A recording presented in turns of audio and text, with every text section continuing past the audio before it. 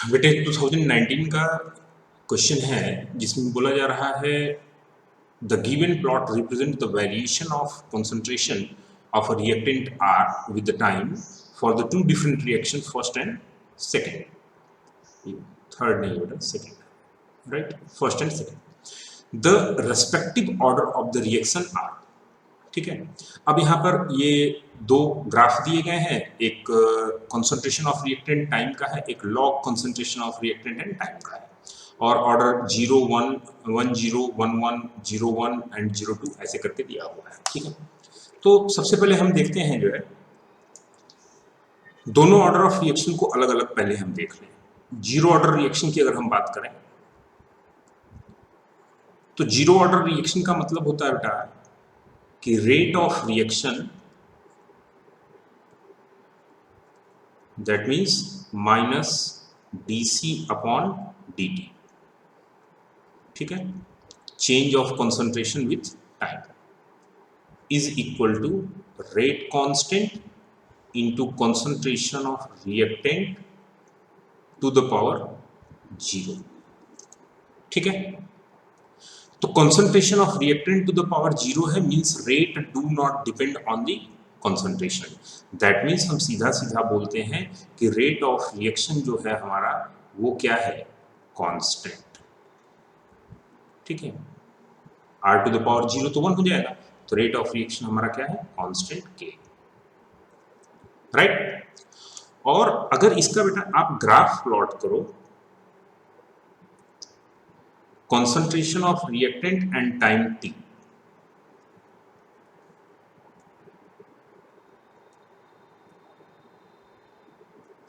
तो ऑब्वियस सी चीज है कि कंसंट्रेशन ऑफ रिएक्टेंट टाइम के साथ क्या होता जाएगा, डिक्रीज करता जाएगा। लेकिन हमने इसका जो ये स्लोप है ये कांस्टेंट क्यों बनाया, क्योंकि आप देखो रेट जो है वो क्या है, minus dc upon dt। Minus तो ये इंडिकेट करता है कि रेट टाइम के साथ क्या कर रहा है, डिक्रीज कर रहा है, राइट। लेकिन dc अपॉन dt और कंसंट्रेशन हम किसमें ले रहे हैं, जो रेशियो ले रहे हैं यहाँ पर ग्राफ किसमें ले रहे हैं, कंसंट्रेशन और टाइम का। तो कंसंट्रेशन और टाइम का ये जो स्लोप है, ये स्लोप क्या बताएगा, रेट ही तो रिप्रेजेंट कर रहा है। और अगर रेट कांस्टेंट है दैट मींस स्लोप क्या होगा, कांस्टेंट होगा, स्लोप कांस्टेंट। तो अगर कंसंट्रेशन ऑफ रिएक्टेंट और टाइम का स्लोप कांस्टेंट है, ठीक है, तो ये रिप्रेजेंट कर रहा है किसको बेटा, zero order reaction. That means हमारा जो यहाँ ये वाला सेकेंड वाला पार्ट है, ये सेकेंड वाला पार्ट जीरो ऑर्डर रिएक्शन को रिप्रेजेंट करता है। और एक चीज देखो कि अगर सेकेंड वाला जीरो ऑर्डर को रिप्रेजेंट करता है तो हमारा पहला ऑप्शन क्या है, सही है। ठीक है, बाकी फिर हमें चेक करने की जरूरत ही नहीं है। ठीक है, लेकिन जो ये वाला है ये फर्स्ट ऑर्डर के लिए कैसे है उसे भी हम देख लेते हैं। फर्स्ट ऑर्डर रिएक्शन में बेटा जब हम बात करेंगे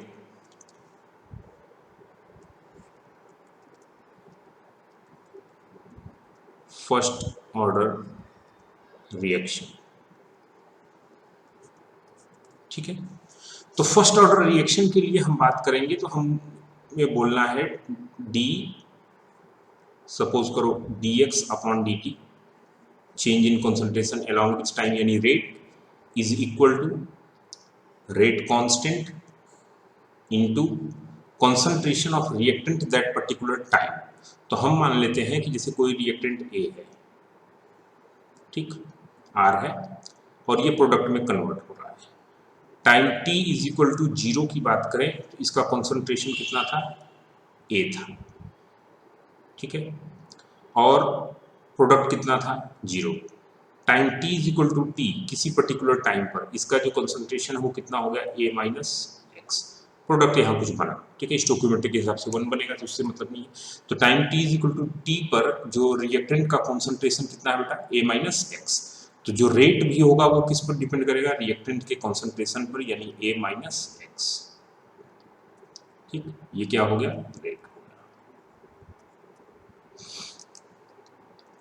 अब जो है यहाँ पर रेट कांस्टेंट नहीं है, तो रेट अगर कांस्टेंट नहीं है तो स्लोप भी जो होगा वो कंसंट्रेशन और टाइम का कांस्टेंट नहीं होगा, राइट। मींस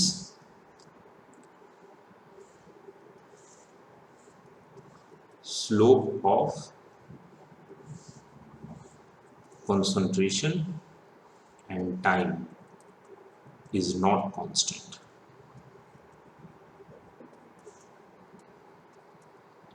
ठीक है बेटे, थोड़ा सा रिएक्शन को रीअरेंज कर लें। माइनस dx अपॉन dt, हम dt को उधर ट्रांसफर कर दें, a माइनस एक्स यहाँ आ गया, dt को इधर ट्रांसफर कर दिया तो क्या होगा k dt, और इस पूरे रिएक्शन को इंटीग्रेट कर देगा।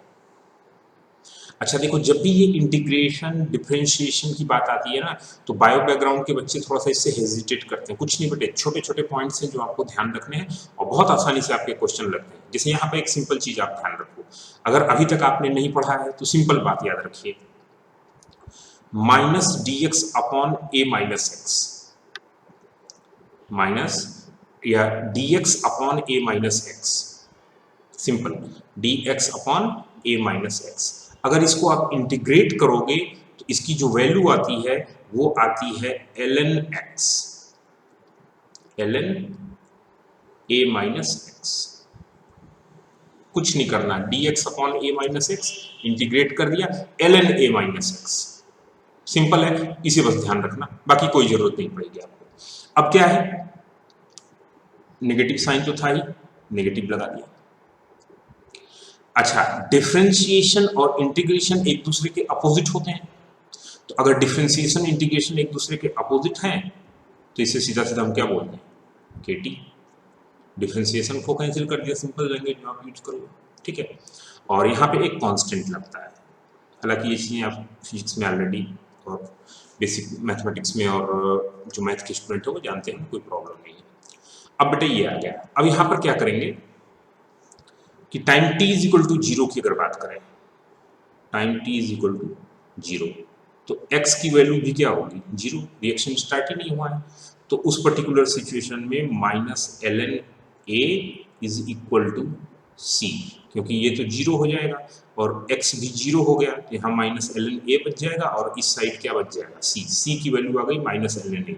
ये c की वैल्यू लाके इस इक्वेशन में पुट कर दीजिए, तो जब c की वैल्यू इस इक्वेशन में पुट कर देंगे तो ये हो जाएगा ln a minus X is equal to K T plus ये माइनस ये आएगा बेटा K T minus ln a, right. इस ln a को उठा के उधर ट्रांसफर कर दीजिए, या इसको उधर ट्रांसफर करिए, क्या हो जाएगा ln a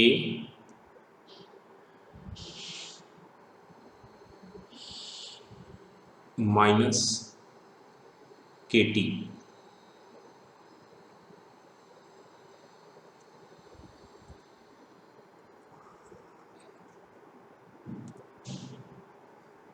इसको बेटा जो है ना पूरे को माइनस से मल्टीप्लाई कर दीजिए, क्या हो जाएगा, क्योंकि हमें इक्वेशन के फॉर्मेट में ले आना है, ln a minus X is equal to ln a minus K T, ठीक है।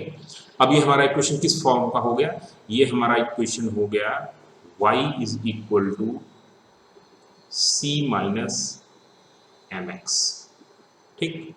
तो यहाँ जो a माइनस एक्स है ये क्या है, a माइनस एक्स क्या है,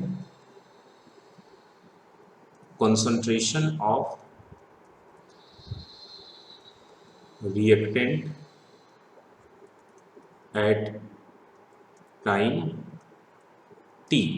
अगर इसको हम सिंपली r से रिप्रेजेंट कर दें तो हम इसकी जगह r भी लिख सकते हैं, तो क्या हो जाएगा,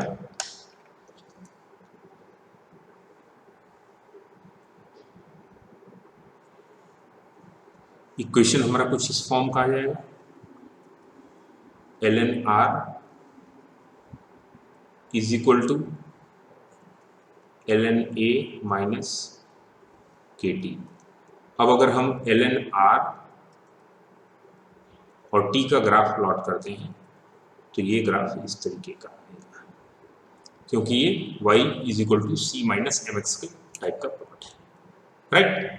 तो इसमें सिंपल चीज आप ऐसे भी सोच सकते हो, जैसे अगर t की वैल्यू 0 कर दें तो ये तो पूरा 0 हो जाएगा, और ln R की वैल्यू कितनी होगी, ln A के बराबर, यानी मैक्सिमम वैल्यू यहाँ से लेके यहाँ तक। और जैसे जैसे t की वैल्यू आप बढ़ाते जाओगे, इसमें से ये क्या होता जाएगा, कम होता जाएगा, तो ये वैल्यू क्या होती चली जाएगी, घटती चली जाएगी जैसे जैसे टाइम बढ़ता चला जाएगा। क्लियर। तो ये ग्राफ किसके लिए हो गया बेटा, फर्स्ट ऑर्डर रिएक्शन के लिए, ठीक है।